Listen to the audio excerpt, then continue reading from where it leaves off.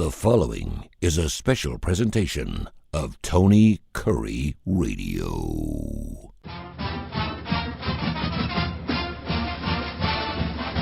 Hey, welcome back to the UAB Director's Chair. He is the athletic director for the UAB Blazers. Go Blazers. Mark Ingram on the left-hand side of the screen. If you're watching us on YouTube, of course, you're listening to the TKR app.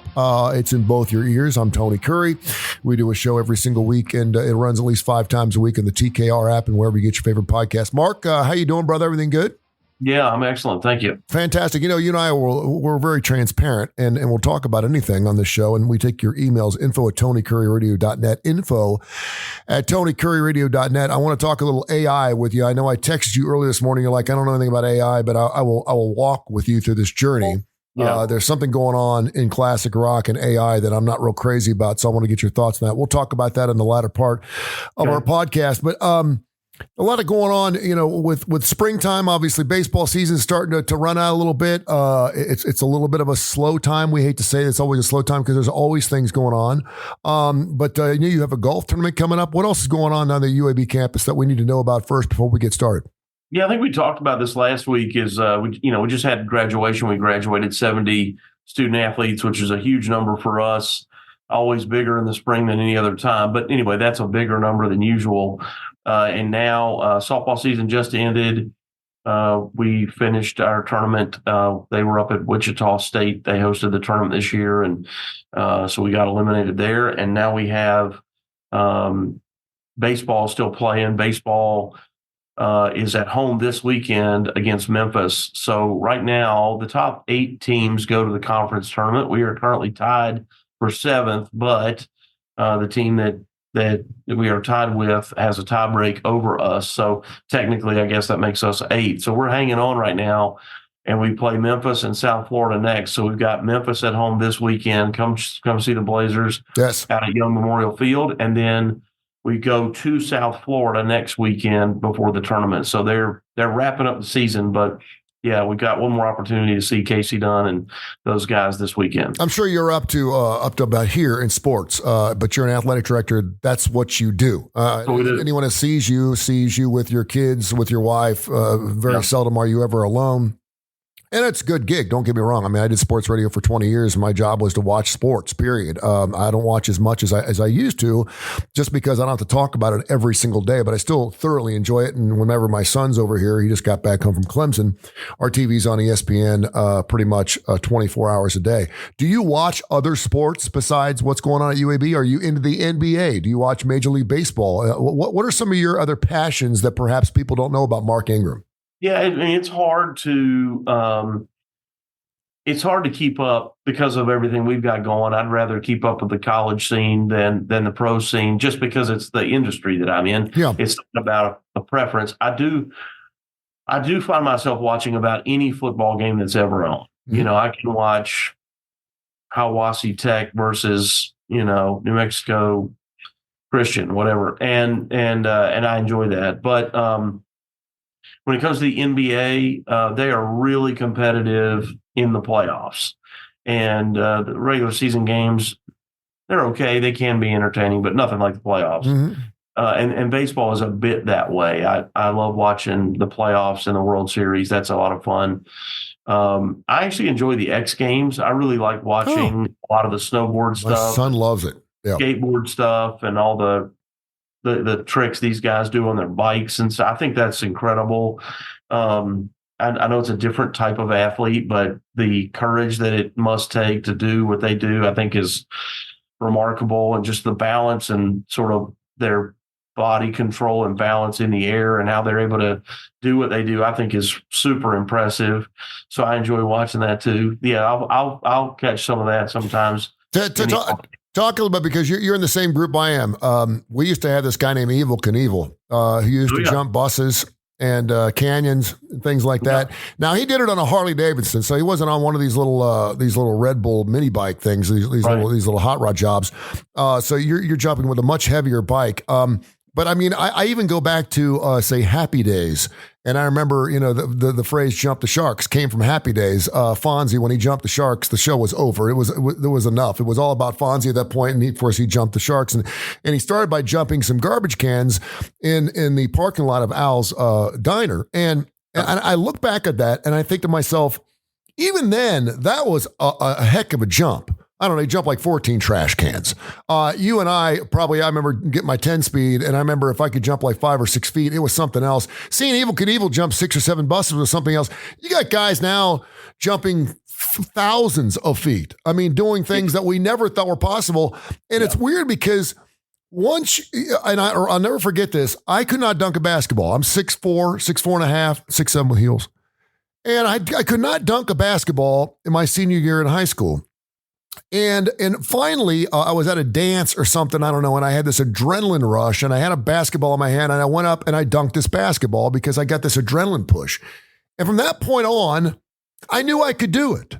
Yeah. And from that point on, I could dunk a basketball. Now I can't dunk one now. And I wonder how much we have changed athletically. I mean, we see kids now in college basketball, college football.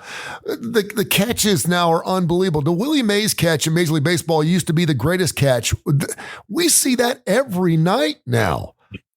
Just talk a little bit about, once we cross over that line and, hey, listen, I can actually do this. How much sports, we know they're getting faster. We know they're getting stronger. We know they're getting bigger. But I mean, sports have changed so much just over the last 10 or 15 years. It's really remarkable when you're looking at the ESPN top 10 every night. I mean, everything is just miraculous. Yeah. I mean, the training that young people have is so different than what you and I had. Yeah. All these performance centers all over town. Here in town, we got this place, Godspeed, run by former UAB football player. And there's Tinsley Performance, a guy who really kind of specializes in baseball, and Meta Fitness, and there's all these places. D1 is a national brand started in Nashville by actually a couple of my old teammates, and they that kind of thing exists now. It didn't used to exist, and this is about plyometric training. So you're talking about dunking a basketball. Like, I couldn't dunk a basketball until I was in college, and it came from all the plyometric work that I did. Mm-hmm. And, strengthening and also it's funny, the trust that you sort of have. Now, please don't, this was not Vince Carter, LeBron James up over the backboard. I'm just saying I could, dunk a basketball. And, once you do it, then you realize that you can do it. And I'm a big believer in visualization with certain components of sport. For example, I don't think you could hit a baseball over the fence if you don't think you could close your eyes and really truly visualize yourself doing it. I really believe that. Wow. And I think that you've got to get to a place where you've got some imagery. How will this happen? And then you do it and you realize, that wasn't so hard, mm-hmm. And it's all about, training and, hitting the right pitch, the right time with the right bat speed and all those things. But, the technology exists to let you do it, but you got to believe that you can do it before you can actually do it. So I'm a firm believer in that myself. But it's just, the training that the kids have is remarkable, and the access that we give them, and the fact that I was, my dad was an athletic guy, but I'm a better athlete than he was, and so I'm a product of some teaching and coaching that I got, which I've now given to my kids, and did so a lot earlier. So they're naturally better and will be better equipped for their children to teach them sort of good, bad, right from wrong in terms of technique and how to do things. It makes you wonder what our athletes are going to look like in 10 or 15 years. I mean, we got gymnasts who are creating their own moves. Yeah. We have people doing things that are just, I mean, I saw some video of I think he was called Monkey Man or Spider Man, this guy who he just climbs things. And they had this huge, it was like 20 stories high, and these guys just climbing just with his hands. I mean, it's because he could do it. He was jumping back and forth. You're asking me to jump from one building to another, 6 or 7 feet, and I'm freaking out. And these guys are jumping around like monkeys. And it's like, I mean, you just wonder what our athletes are going to look like in 10 or 15 years. You're talking about like that parkour type stuff. Yeah, it's crazy. Yeah, it's crazy. Man. It's okay, insane. so I can't remember the name of the movie. Of course, I thought as a 12-year-old, this was just so cool. There was a movie, and it was about BMX racing, and this guy in the movie kind of culminates at the end of the movie. He does this backflip on his bike. Mm-hmm. He's racing, he does this backflip on the bike. Well, now these guys do like 3 backflips on a bike. It's unbelievable. Yeah. And at that time, it was like, oh, my God, I can't believe this guy did it. And it was that way. Now, it's just like whatever. Yeah. Yeah, it's all, you can't do that. Well, everybody do that. That's kind of crazy. I mean, you can even go to, I watch some TNT because of the NBA playoffs, and I'm starting to watch some WWE. I never thought in a million years I'd watch it. But I mean, some of the moves these wrestlers are making, I realize why they're at the age of 35 and they're beat up and they're in wheelchairs. But can you imagine what that must feel like to fly off the top rope, land on your back? I don't care.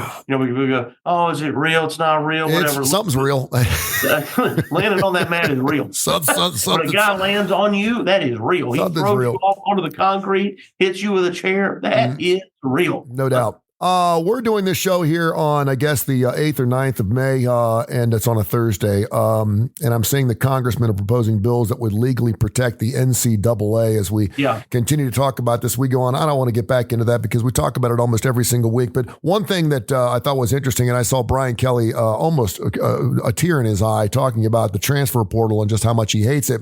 And you brought up before we started the show about Dabo Sweeney. He started the season, was it 3-2 or something like that? They lost 4 games this year. Anyway, you don't lose 4 games at Clemson. You just don't. And obviously they finished the season and we heard his whole, buy our stock now, it's going up. And they ended up having a pretty decent season. They were a much better team at the end of the year than they certainly were before the season. And a lot of people are saying it was because they don't use the transfer portal, and he's still not using the transfer portal. What do you think he's trying to? I don't think we're putting that toothpaste back in the tube. I don't think that's going to change for coaches who want to do it old style, old fashioned.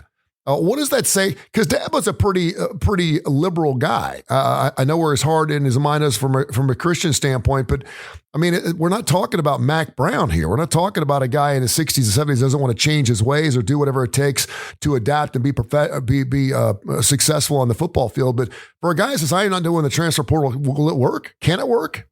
I think it can. It's certainly different than everybody else, but I mean, it says to me that he agrees, and I agree with this, team continuity is critical.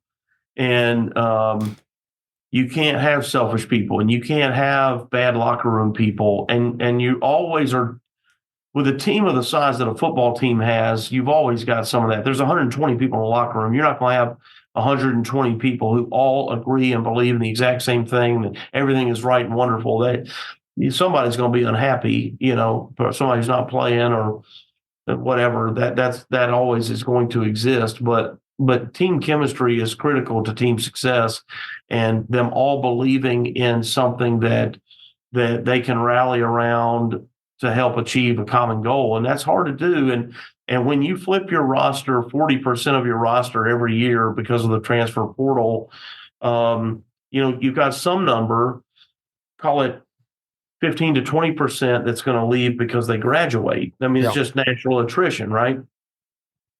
But now when that 15 to 20 becomes, like I said, 40+%, I mean, that's a massive number of people in your locker room.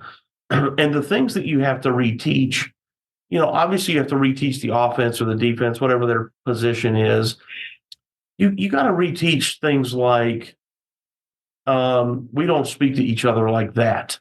Whatever that is, we treat the equipment manager respectfully. Don't disrespect the equipment guy. Don't disrespect your trainer. Hey, the person that's helping to serve that meal, we've trained our guys to understand that that's a person we respect because they took time and care to prepare this meal, which they've prepared for you to eat to help you be stronger and faster and feel not hungry, but also work with a nutrition plan. Oh, and that nutritionist, they don't have to do this for you. They're doing this because they care about you. And so there's just all these little things. Here's what we wear to a meal. Here's what we wear to travel. Here's, when we say be here at 2:00, practice isn't at 2:00. No. You're here, you're dressed, you're taped, you're ready to go at 2. Mm-hmm. And you're not walking out on the field at 2. You've been there for 5 or 10 minutes. We start whistle blows at 2. Just all this stuff. It's not the same at every school. And that's not to diminish some other place. What I'm saying is there's just all these subtle little things that go into team chemistry and team culture. It's just such a popular phrase that you can't reteach everybody all the time every year. You want to build it in, and then your players kind of help relay those messages to the young guys. And your young guys rely on that, and your coaches are relying on the older guys that have been here to teach the younger guys some of that stuff. And my assumption is Dabo's trying to tap into that concept. He was one of the first people that really had studied rest. And so sleep is a big thing with Dabo, and he's got nap pods and they've got all this stuff, and other people have sort of come afterwards, but he's just really big on the age of the young man from 18 to 23, mm-hmm. how much rest they need. That's different than, you actually need less rest until you get to be about 60, and then you start needing more rest again. Like the elderly are almost like infants in terms of the amount of sleep that they need. And with the teenage boy of that age group, 18 to 23, they're growing a ton still, and rest is a big part of growth. And just anyway, so there's things like that he really believes in, and others can agree or disagree, but that's his philosophy. We'll find out if it works. There's something romantic, sentimental, sexy, whatever you want to say about, a team that grows together.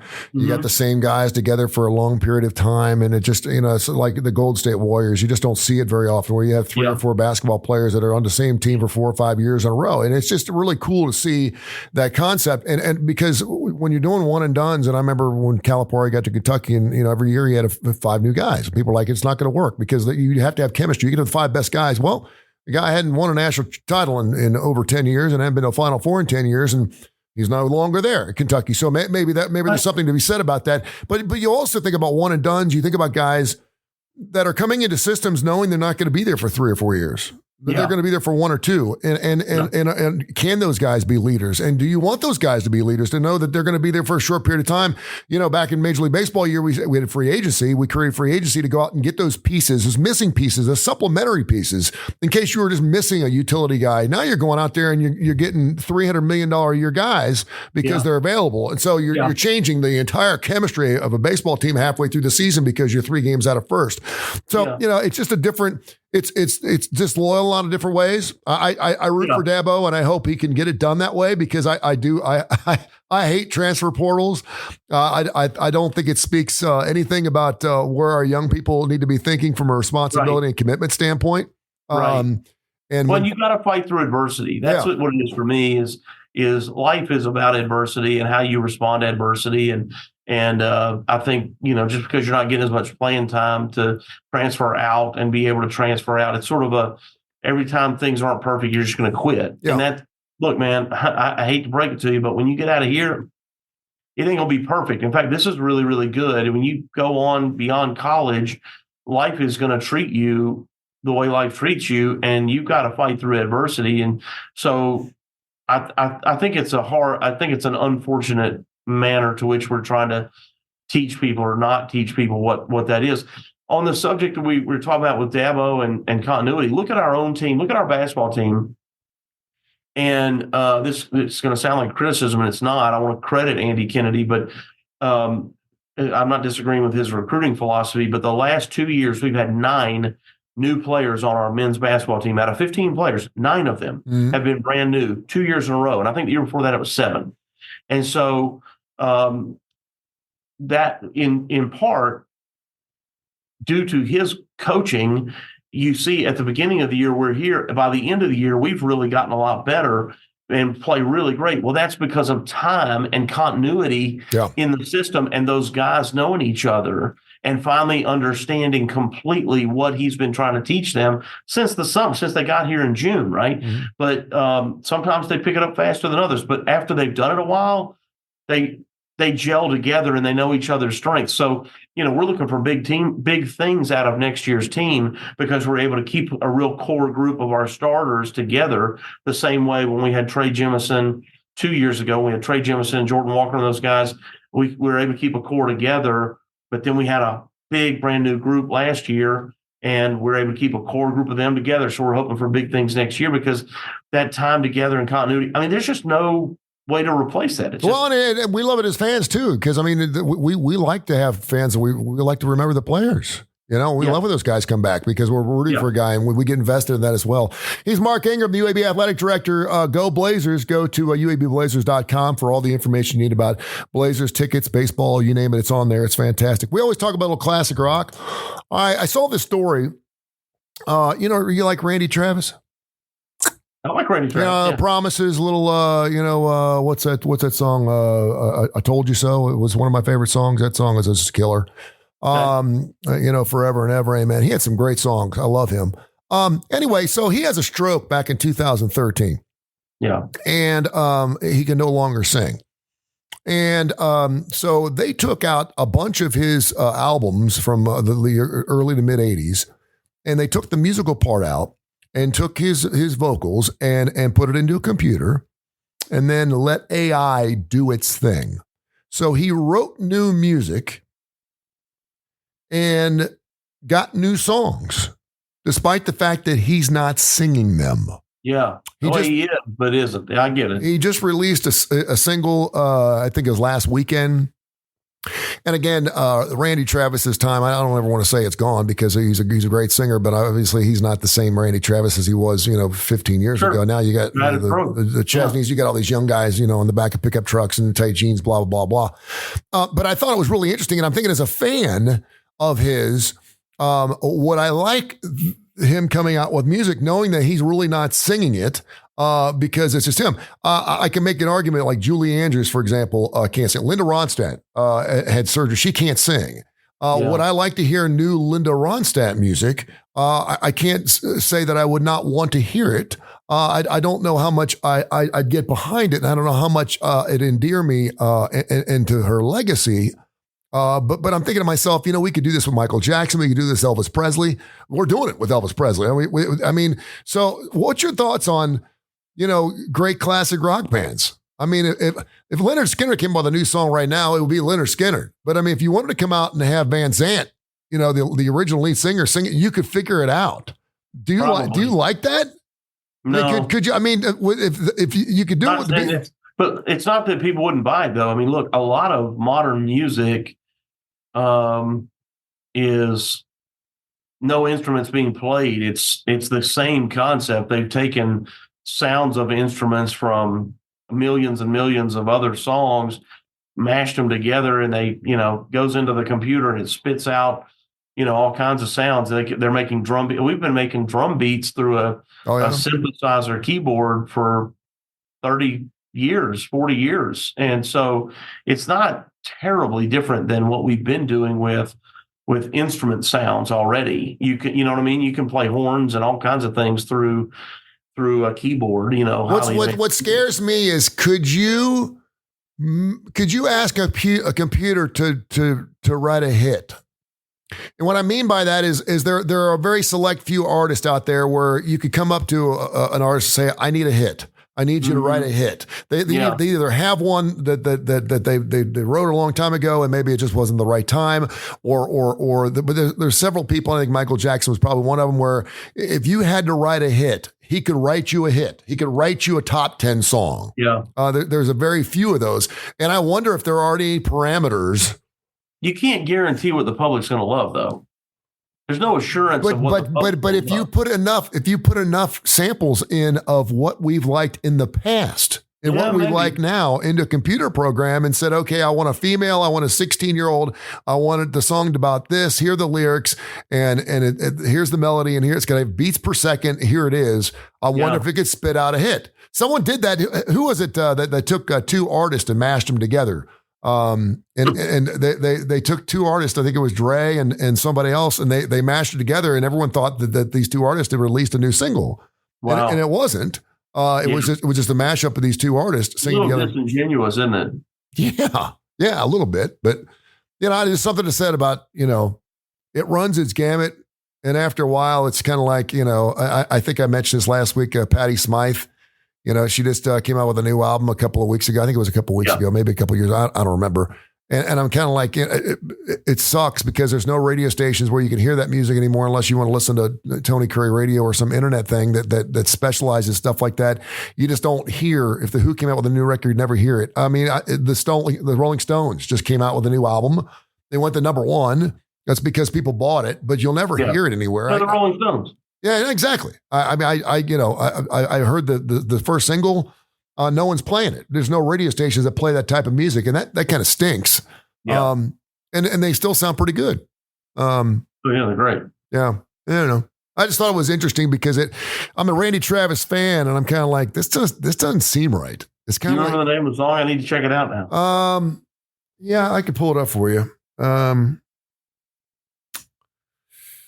This is Randy Travis new song. And I've listened to it. It's his first new song. It's called Where That Came From. All right. And it's Randy. I mean, it sounds like Randy, but again, it's AI, and it's just kind of. I'll check it out here when we're finished. Yeah, give it a listen to. It's no hard candy Christmas, but I mean, it's Randy Travis. I mean, there is no. I mean, but you said a mouthful there. It's no hard candy Christmas, but what is? That is true. That is true. Yeah. Now we were recording this during a massive storm. Yes. Here in Southside. Man, a massive storm for like the last 3 or 4 days. It seems like that's been amazing. It got dark here like the apocalypse. About the time we were starting the show. Yeah. And we were talking about songs that are about storms. Mm-hmm. Do you have a list of songs about storms? I do. And these are not songs that I particularly like. Okay. But the three, I've got a few that I like. What do you have? Ride the Storm Out was the first thing I thought of. Okay. Rock You Like a Hurricane was another one I was thinking of. Riders in the Storm was another song I thought of. Doors, and then there's a song that I play here on Tony Kurre Radio, which I just absolutely love this song. It's called Change in the Weather. And it's just a fantastic song from John Fogerty. And it was one of the songs where AOR radio was all over it. And it's like 7 minutes and it could go for 25 minutes. I would listen to every note of it. I just love it. I play a lot here. People don't even know what it is. But I love that song. But those are just a few of the songs. Have I ever heard The Rain? There's certainly a lot of Rain songs, Rain from the Beatles. There's a ton of different songs. Now, I don't know if is there a good tornado song? I don't think there's a song about tornadoes, is there? Well, you said Rock You Like a Hurricane. I have that on my list by the Scorpions. That's a classic, it's a great song. Fire and Rain by James Taylor. It's not really about a storm. It's about a plane crash, which is tragic and horrible, but a great song nonetheless. Yeah. Mm-hmm. November Rain by Guns N' Roses. I you know what? That is one song that we used to play that song. You didn't like it? I hate it. I hate that song. It's 11 minutes long. I know it is. And, there you go. If you don't like something and it's 11 minutes long, ask my ex-wife about things she doesn't like that last 11 minutes. But a layup here is Thunderstruck by AC/DC. Oh, yeah. Did you know that Thunderstruck right now is number 2 on the charts? It is called the streaming hard rock disc something or other. There used to be like a jazz list, a top 40 list, an urban list, and the Billboard used to do these lists, right? Now there's like streaming, and for some reason, Thunderstruck is now number 2. It came out of nowhere. It was like 95th or whatever. Back in Black, the album has now moved from like 137 to 113. All the AC/DC because they're going on tour. They start their tour next week. Gotcha. And so everyone's starting to listen to AC/DC music again, and they're going out there and checking out. So, Back in Black, next thing you know, Back in Black is in the top 40 again, which is kind of strange, kind of bizarre. Yeah. I got another one for you. And this is not about weather either, but George Jones, 1971, White Lightning. Well, that's weather. Yeah, Well, it's about moonshine. That's true. But the title, White Lightning, is storm related. So. How about 38 Special Chain Lightning? Yeah. Remember that song? Yeah. I Can't Stand the Rain. And there's a bunch of good songs. There's a few songs out there that are some good rain songs. Yeah, Thunderstruck is a layup. That's played at like every stadium, it feels like.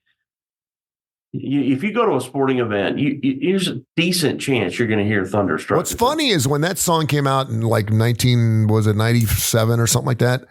I mean, it was a big hit on AOR radio. And it wasn't it on the soundtrack for the Schwarzenegger movie True Lies? I think it was. It might have been. I think it might have been. It was a great song then, but it didn't. I mean, it's getting played a lot more now than it ever did. Which is just amazing because you're talking about music's been out for 30, 40 years, and it's just. Yeah, I mean, I'm surprised. I think there's a CD called Stadium Rock. I think it's just like all the great songs from Stadium, like Gary Glitter, Rock and Roll Part 2's on there, and I got all the songs on there. But it's amazing how those songs they just keep being played over and over and over and over again, and I don't see it changing. I don't think Thunderstruck being outside of our stadiums anytime soon. I think it's going to be played forever. Yeah, it's a great one. Amazing stuff. All right, my man, keep doing your thing, UABsports.com. Thank you for everything you do. By the way, we're working on a couple of new things with a couple of your coaches that we're really, really excited about for UAB. And Tony Kurre Radio is really, really proud to be in partnership with Learfield, of course, the UAB Blazers. And so we're going to talk about that coming up a little bit later on this spring and summer. Great time to start those kind of things while times are down a little bit before we kick off, of course, a brand new football season right around the corner. We thank you, my friend. I'll talk to you soon. Sounds great, man. Thank you. This has been a special presentation of Tony Kurre Radio.